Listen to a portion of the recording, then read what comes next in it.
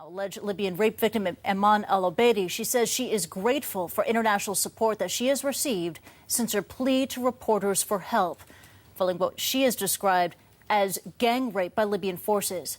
Al-Obeidy made the remarks in her first on-camera interview since she showed up nearly 2 weeks ago at a Tripoli hotel where journalists stay. The exclusive interview with CNN's Nick Robertson, recorded on Wednesday, was facilitated by Muammar Gaddafi's son, Saadi, against the explicit wishes of the Libyan government. As Nick explains, transmission of the interview was delayed almost 18 hours after the Libyan government insisted on reviewing the interview, a review that never came. And Nick joins us now. Nick, what did she tell you?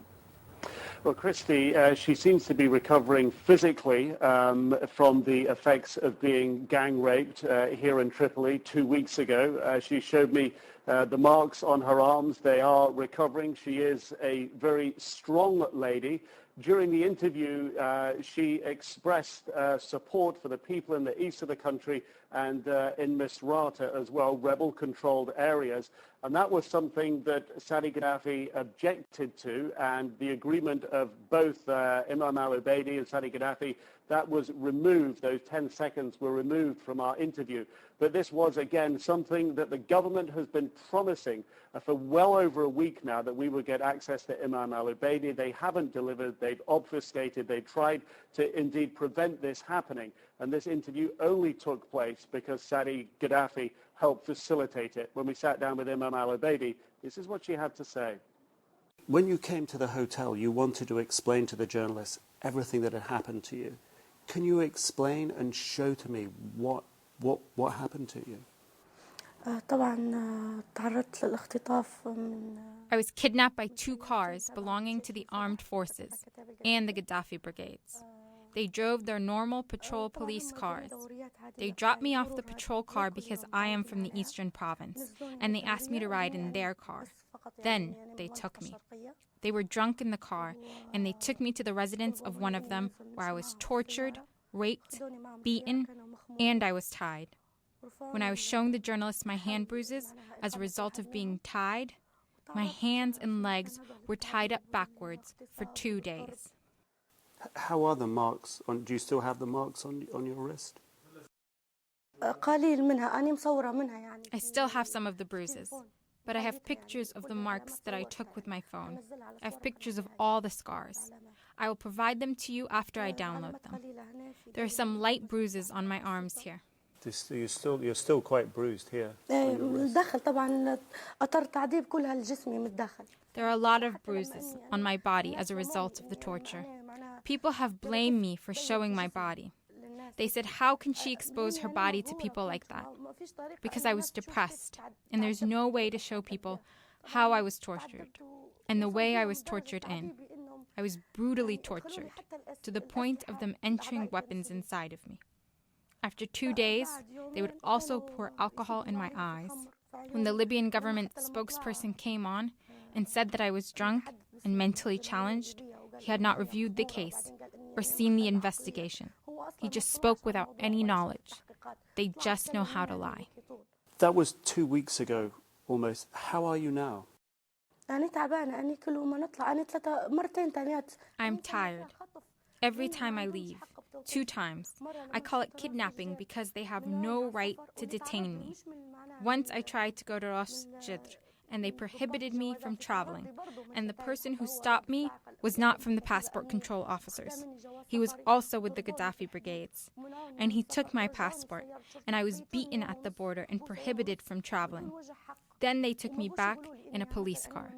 Then they kept me for a day and a half for no reason, and they did not give me any reasons for prohibiting me from traveling. All I wanted was to get to my family, to feel security next to them. I was imprisoned in Tripoli. There were even orders to keep me out of Zawiya and to keep me in Tripoli. And the 3rd time I was arrested was in Sari'a, when I came to try and talk to you for the 2nd time at the hotel. Of course, after all the lies and libels they have been saying about me on the Libyan channels, I wanted to come out to clear my name from all the terrible things they have been saying about me. I wanted to defend myself because they did not even give me the right to respond. They kicked me out and took my phone away and threw me in jail. Even when they took me to the Department of Criminal Investigations, they were told they had no right to detain me. The country is unstable. The police act on their own. I don't understand what's happening. And the third time I was detained was when I tried to follow up with my court case and tried to seek the path of law, since they said that I should seek the law for justice. I went to follow up on my case.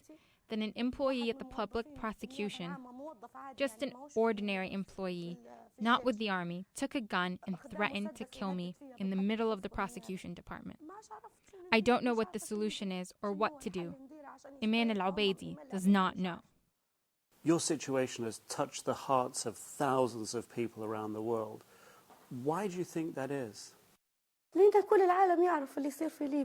So the whole world can know what's happening in Libya. Libya has lived many, many years without media exposure, without exposing the facts. Let the world know what's happening. The world has felt for me, and especially women, because I was raped and kidnapped, which moves people. And at the same time, the truth is coming out. Nothing remains hidden. What should the world know about you as a person, apart from the terrible things that have happened to you? I'm an ordinary Libyan citizen, Muslim, conservative, and everything they said about me is a lie. I'm well educated, unlike the way the Libyan TV portrayed me. I come from a good family, regardless of what they said. I'm also not mentally challenged, like they said. Just because I raised my voice and talked to the media, they blamed me and questioned my sanity. Nonetheless, I want my rights, even without the media. I've appealed to Gaddafi and said, look at what happened to me. I want him to give me my rights. I talked to him and did not talk to the other people. And all that was useless.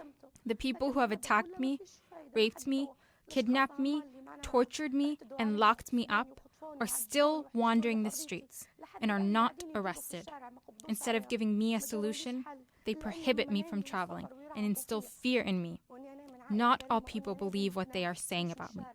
Many people here in Tripoli greet me in the street and recognize my name and say they stand by me and that they do not believe what is said about me. People here in Tripoli are sympathetic with me. Do you have a message for your parents and for the thousands of people that have supported you? I would like to direct a message to my parents that they keep pursuing my situation so that I can return home and be with them in the coming time period, and to stay strong.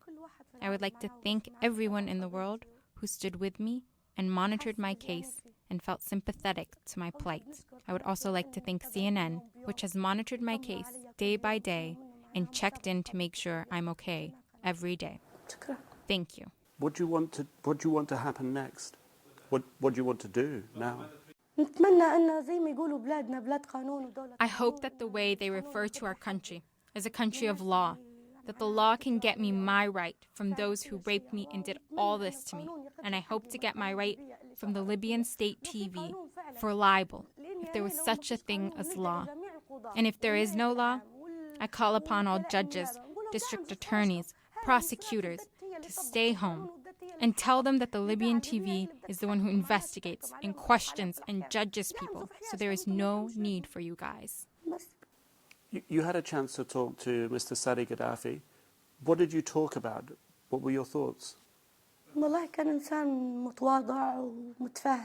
He was a humble and understanding man, and he treated me well. He said that he will take my case and help me. I only asked for one thing, which is to clear my name in front of the people and to take legal measures against the state TV after all the lies they said about me. At the same time, I asked him to help me return to my family. Well, she is still waiting to find out if she's going to be allowed to be reunited with her family. At the moment, that seems unlikely, not impossible. That's something she still continues to push for, to be allowed to leave Libya so that she can get to her parents again, be reunited with them, Christy.